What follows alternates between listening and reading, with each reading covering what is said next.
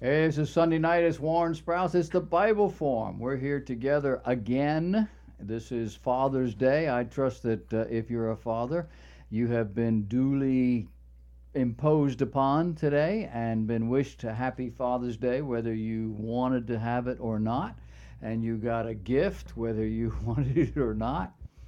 I am convinced that the powers that be, have created Father's Day because, after all, there's a Mother's Day, and Mother's Day is a very important day, and fathers ought to have the same thing. I have yet to meet a father who thinks like that. Most fathers are appreciative of the Father's Day wishes and whatever else comes along, but if they never had it, it wouldn't change their life. My children have responded as they always do, and I dearly appreciate them and it, but it's just one of those days. It goes by, and if nobody thought of it, nobody mentioned it, you wouldn't hear nothing from me. 732, I should say 843 732 0249 if you want to get in on the discussion. We've got a lot of things that we're going to talk about today on this Sunday, June 19. Have you enrolled in the Bible Institute yet? You are way behind schedule. We've got folks that are already up into the third lesson. You haven't even started yet. I'm working on the sixth lesson. I'm ahead of all y'all. Bible Institute of Charleston.org. You need to go over there. You need to click the buttons, watch the videos, see what it is that's going on, get involved. If you do not know the doctrines of the Bible, if you do not have a working understanding of them, then you're part of the problem. You're out there, you're making statements, you're arguing, debating, you're making policies for your family or whatever. You have no idea what you're talking about. It's far more complicated and complex than I make it out to be on the Bible Institute. We're not trying to do a PhD course here, just trying to get you up to speed, help you understand it a little bit more, and you need to get over there and find out what's going on. Have you sent me a list of email addresses that I can put on my list so that on Saturday when I send out the email that your friends and family, your pastors, whatever, would get one? You need to do that. Are you sending me the pastors that you know? I've got a pastor's ministry. In fact, I've got to write that this week. I was going to do it last week, and last week just filled up beyond anything I can imagine. Some of you know what it was and how it worked, others don't. But this week for sure, we've got to work on it. It looks like the week will be a little bit more structured. I'll have a little bit more time. Are you telling folks about my books? Did you buy one? You got to get out there and find out what's going on. These are not just entertainment books. These are educational books, and you need to be there. Are you emailing YouTubes to folks? We have a YouTube page. You can go in there and you can cut and paste the URL, send that to folks. You can get them engaged, get them involved. Do you recommend my Facebook to other people? There are at least two Facebooks, one with my name on it, Warren Sprouse, and one with the Bible Forum. The Bible Forum is where I would like to be, but I started the other one first, and that one seems to have more than the other one, but they're all kind of catching up. There's a third one that I started not to advertise greatly, but so that when I set up a video or something that I want to share with everybody on Facebook, I go to that one first, see if it works. Because sometimes they work and sometimes they don't. If it works, then I go to the other two. We got a Twitter account. Do you get my tweets? I do that pretty much every day. I ought to do more, but the things I think about, I usually write down. I don't think that, oh, I ought to tweet that. Oh, I ought to do that. It's the same with my phone. You know, people text every thought they have. Oh, yeah, I can text. It's a little bit crazy. I did start a secular job this week, which means about 30 less hours a week to spend on this kind of thing. I have been working about 60 plus hours a week. We now have that cut in half. So things are going to slow down just a mite, a little bit. But it's always a balance between quality and quantity. And with less time, it's probably the quality that's going to suffer. You might not notice, but I will notice that it's not as good as it could be. I could have cleaned that up. I could have fixed it. I could have written it better. Could have done more. Other people keep saying, "No, that was just something off the top of my head, and it was perfectly fine." It's not perfectly fine for me. We're coming up on 1 year, the Bible Forum from Charleston. It seems like it's been maybe 3 months. We did the show on the radio for about 16, 17 years. They shut the radio station down. We went to just online. In February of last year, we started broadcasting from Charleston regularly. In July, toward the end of, I think it was it the 19th? I think July 19th. This is June 19th, so we're coming up on an anniversary here.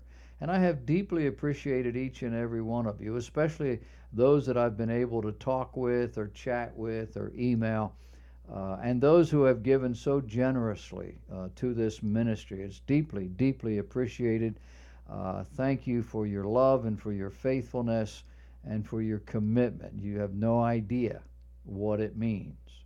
We have no idea what the future is going to bring, but the technology keeps expanding, and there's just no telling what we're going to be able to do in the future, God willing.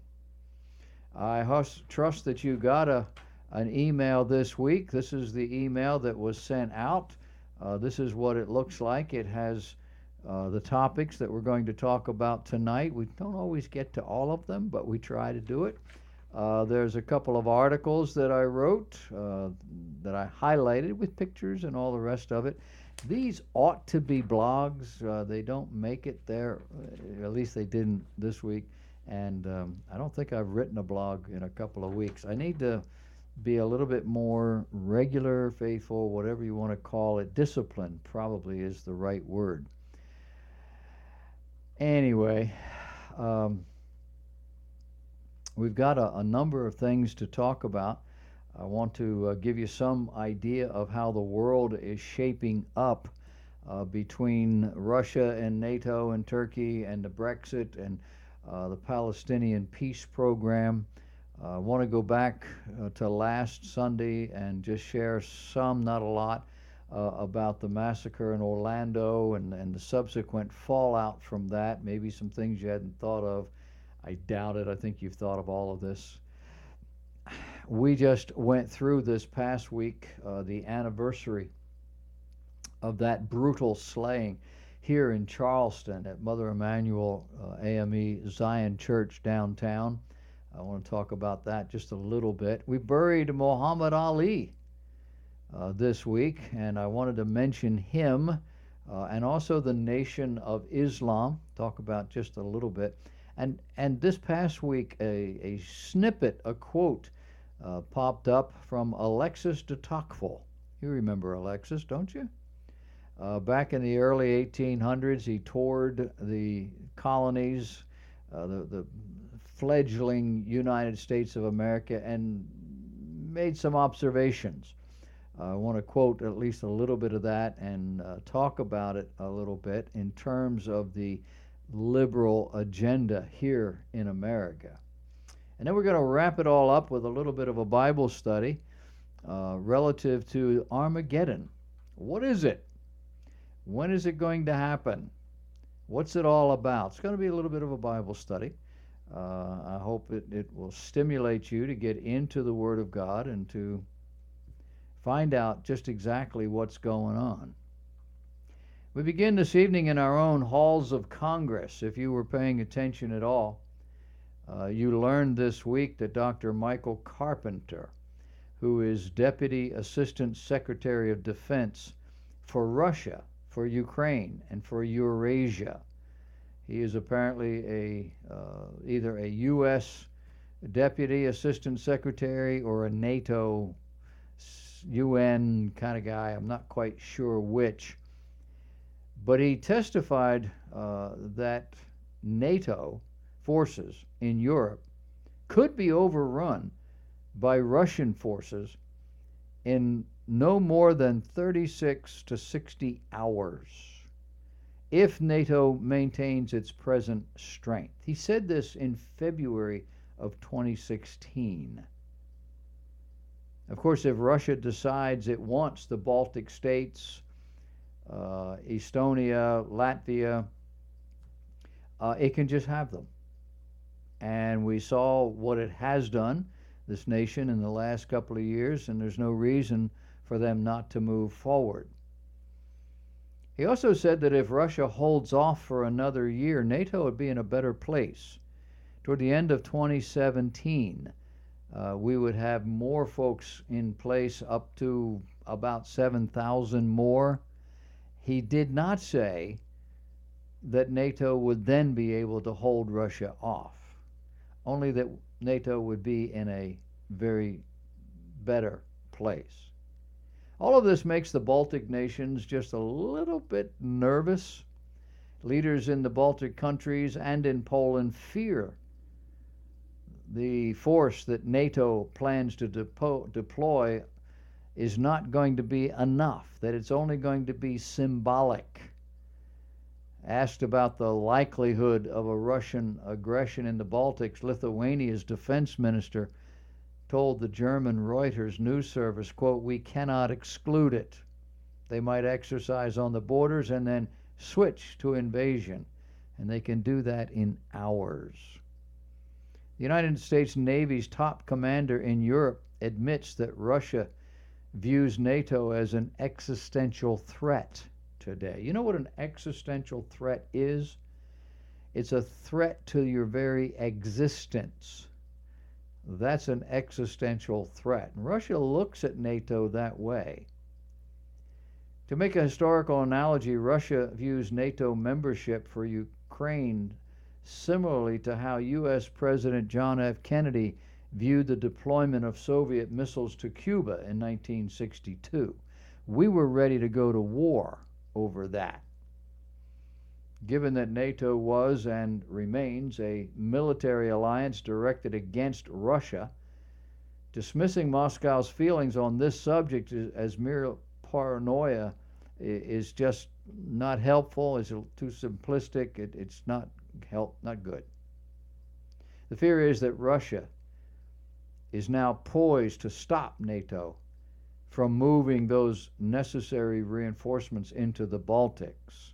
You see, the Baltics want medium-range missile interceptors, and so far that hasn't changed. German Lieutenant Colonel Mark Ulrich Kropp reported recently from his camouflaged command tent at a Lithuanian military base. He said, "Everyone has to be prepared. We are changing," he said, "our focus from counterinsurgency tactics back to classic warfare." NATO defense ministers are set to agree this week on sending 4,000 more troops to the Baltics and to Poland. The United States, Germany, and Britain are giving about 1,000 each. Canada may give another 1,000, and all of that together is a drop in the bucket.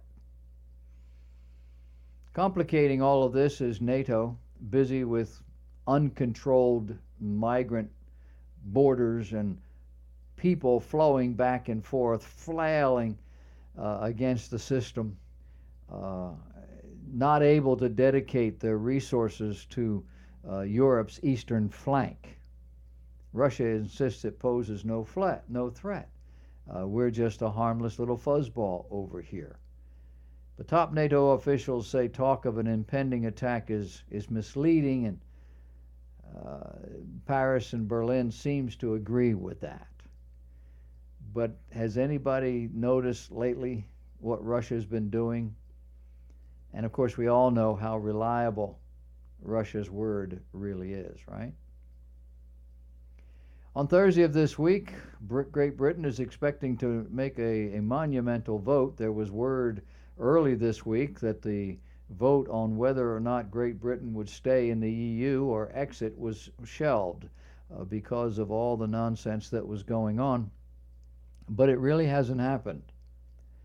There are reports that the election is on schedule.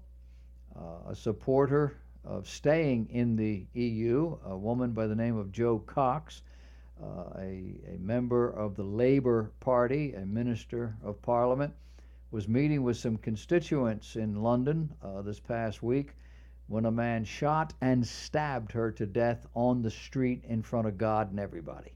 40-something years old, small children, young woman, absolutely horrendous. The man to this day won't give his name. The opinion there in London, at least on the street in Great Britain, is that the EU is an anti-democratic, bureaucratic monstrosity that's suffocating the life out of most of Europe and a little bit more with each passing year. Britain's 43-year membership of the European Union is being characterized as increasingly greedy, wasteful, bullying, and breathtakingly incompetent in a crisis. However, it's commonly understood that a Brexit would be incredibly painful for the UK and for the rest of Europe in the short term. In recent days, the campaign to leave has been readily picking up steam. In fact, two of the latest major surveys show that leaving has taken the lead 49 to 48% in one poll, 46 to 39 in another, and 10 points over its counterpoint in another one. Ambrose Evans Pritchard of the Telegraph made the point saying that there will be and is no illusion about the trauma that would occur if Great Britain left the European Union. Anybody who claims that Britain can lightly disengage after 43 years enmeshed in the European Union is a charlatan or a dreamer, someone who has little contact with the realities of global finance and geopolitics.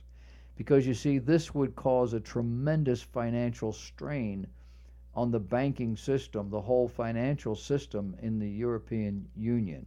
Big banks like Morgan Stanley are warning that the euro and the British pound could take big hits.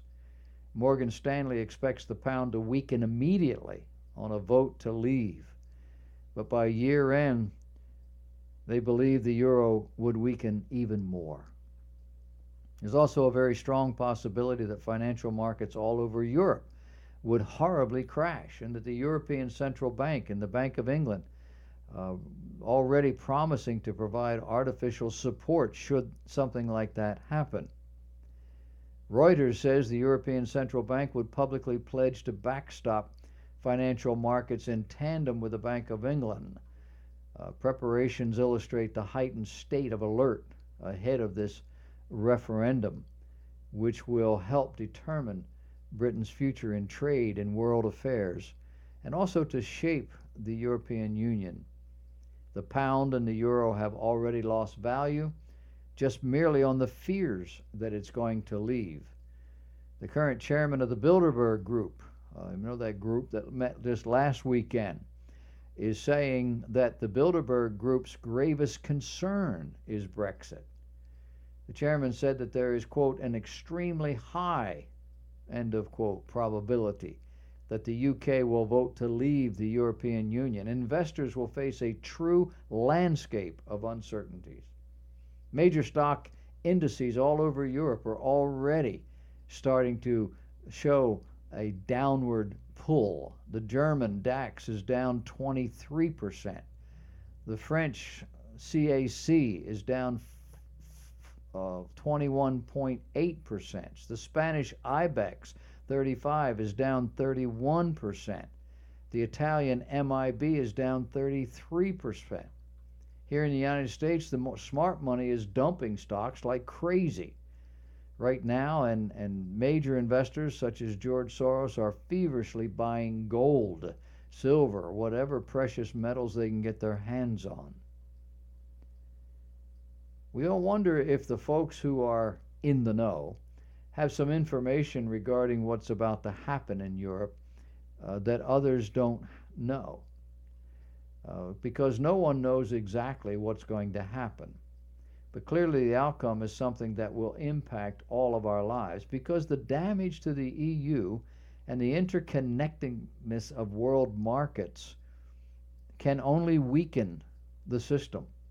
And if the European Union is weakened, it will just embolden Russia and Iran and China and Turkey, and it will impact all of Western economy, including the United States. These are issues that are not isolated in Europe. We are a global population, a global economy. Everything we do affects everybody else. And these things are starting to ramp up. Along those lines, ramping up, is Turkey. Turkey, this was interesting to me this week. Turkey is trying to revive the Ottoman Empire. And currently, the Prime Minister of Turkey, Erdogan, is seeking to create the image of an Islamic civilization that is on the rise, this revival of sorts. The Turks are trying to act as the vanguard of this revival. Do you know anything about the Ottoman Turkish Empire? It is an amazing thing. It lasted the best part of 500 years and shaped much of what we see of Europe and the Mediterranean and the Middle East and all the rest of it. To facilitate this, Erdogan is pursuing an aggressive, ambitious mosque building program. He wants to build mosques virtually all over the world. Since he took power in Turkey, he has built 17,000 prayer sites. According to a website called blacksea.eu, Erdogan is exporting his nation's brand of Islam to over 30 multi-million mosque projects over 5 continents. Ultimately, every mosque abroad with a Turkish brand name is looked upon as contributing to the discourse of Turkey as a leading Islamic power. This from a professor of modern Turkey, the University of Graz, Center of Southeast European Studies. Turkey's also focusing on opening mosques in its backyard areas of the Balkans and East Europe. Mosques are planned for Georgia and Hungary, Romania, Albania, Kosovo, Ukraine, Belarus, and Russia, and in its own territory. This is news, this is exciting, this is different to contemporaries, but it's not the first time this has happened. The first Islamic invasion occurred in 624. Muhammad led a raid for booty and plunder against the Meccan caravans, killing 70 Meccans for mere material gain. Between 630 AD and the death of Muhammad in 632 AD, Muslims on at least one occasion, led by Muhammad, had conquered the bulk of Western Arabia and southern Palestine through approximately a dozen separate invasions and bloody conquests. These conquests were, in large part, holy wars. After Muhammad's death in 632, a new Muslim caliphate, Abu Bakr, launched Islam into almost 1,500 years of continual imperialistic, colonialist, bloody conquest and subjugation of others through invasion and war, a role Islam continues to this very day. In 668 AD, we saw the first siege of Constantinople, which is contemporary Istanbul, Turkey today. The attack lasted off and on for 7 years, with the Muslim forces generally spending the winters on the island of Sissus a few miles south of Constantinople, and only sailing against the city in the spring and the summer. In 715 AD, just about all of Spain was in Muslim hands. The Muslim conquest of Spain took only around 3 years, but the Christian reconquest would require 460 years. In 725 AD, Muslim forces occupied a city in France. 730 AD, Muslim forces occupied the French cities of Narbonne and Avignon. On October 10, 732, we heard of the Battle of the Tours with perhaps 1,500 soldiers, Charles Martel, coming against a Muslim force of about 40 to 60,000 cavalry, trying to stop them from moving farther into Europe. Many regard this battle as being decisive in that it saved Europe from Muslim control. In 1094, Spain defeated the Moors. That's the North African Muslims. You've seen the movie El Cid. That was all about that. In 1096, the first Crusades against Muslims took off. 1144, there was another one. 1187, there was another one. All the way to the Eighth Crusade in 1245. And each of these were against Muslims in the Middle East, in Israel. The battles continued through the 13th and 14th centuries, Islam conquering Constantinople, ancient Byzantium, North Africa, and much of Spain, not to mention the Arab countries.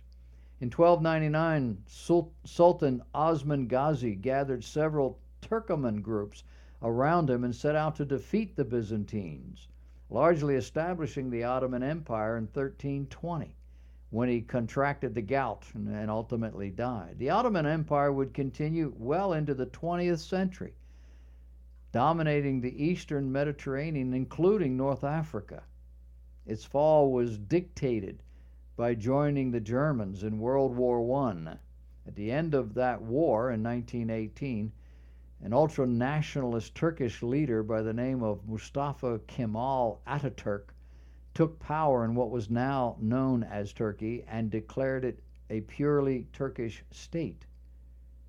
For all its bloody and scandalous history, Islam is now regarded as a protected minority religion, while Christianity, which advocates respect for all of life and all peoples everywhere, is the enemy. Why? Well, because Christianity is repressive, and it's overtly discriminatory. And Islam is what? Killing anybody who refuses to embrace Islam, killing women who displease their husbands, mutilating, dismembering, and throwing homosexuals off buildings and cliffs, burning people alive, flaying them, cutting off their heads. For what? It could be as simple as for not embracing Islam and or not being as loyal as the leadership believes you should be. But biblical Christianity is the problem. What would be the response to Turkey's desire to build mosques all over the world? You can rest assured that it will be praise. There would be support from other quarters, nations, perhaps governments, at least the newspapers and others. There would be help, public applause. The Christian desiring to protect the unborn, desiring to protect the sanctity of marriage, desiring to protect the species, we get nothing but scorn and public derision. That's how you know these are the last days. Look at how the world responds to the idea of a Palestinian state. Yay, we need to have that. When Israel withdrew from Gaza in 2005, the Palestinian Authority president at the time, Mahmoud Abbas, declared, quote, "The dawn of freedom rises with the evacuation of the last Israeli soldier and settler," end of quote. Instead, their economy has continually trended down. It went completely to pot initially. They set out to destroy the greenhouses the settlers had left. Terrorists began launching rocket attacks against Israel. The attacks forced Israel to institute a naval blockade of Gaza just to stop the weapons and the terrorists from flooding in. The Oslo Accords, signed by Israel and the Palestinians in the 1990s, provided a transition period meant to lead to Palestinian statehood. However, instead of a peaceful coexistence with Israel, the Palestinian leadership launched an assault that became known as the Second Intifada. This included bombings, stabbings, and other terrorist activities, often on the streets in Israel. Abbas declared, quote, "Each drop of blood that was spilled in Jerusalem is pure blood, as long as it's for the sake of Allah. Every martyr will be in heaven, and every wounded person will be rewarded by Allah's will." Reality? Palestinian leaders have repeatedly shown that their priority is not peace. It is not a two-state solution. It is only a Palestinian state, but one garnered through repression. If a Palestinian state is created without correcting these destructive practices, it's highly likely that the new Palestinian regime will follow the same pattern already established and be a hate-mongering, corrupt, undemocratic, oppressive, belligerent, and ineffective regime. But today, the current talk by Western leaders of peace, the current talk of a two-state solution of a Palestinian state, makes no mention of the obvious dangers.